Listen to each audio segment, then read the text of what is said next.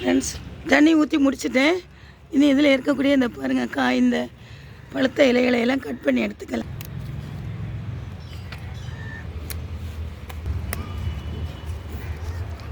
ஊர் கத்திரிக்காய் இதுதான் நிறைய நிற்கிது. சூப்பராக வரும். நல்லா வளர்ந்த பிறகு உங்களுக்கு வீடியோ போடுறேன்.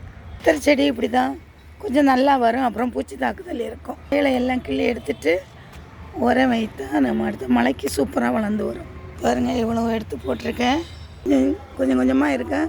காய்களை பயிர்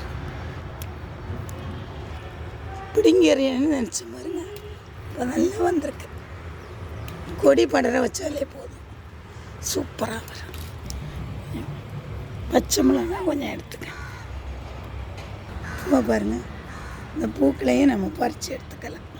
ஹலோ ஃப்ரெண்ட்ஸ், கொஞ்சமாக இருந்தால் கூட பாருங்கள் பொரியலுக்கு இது தீயல் பண்ணலாம்.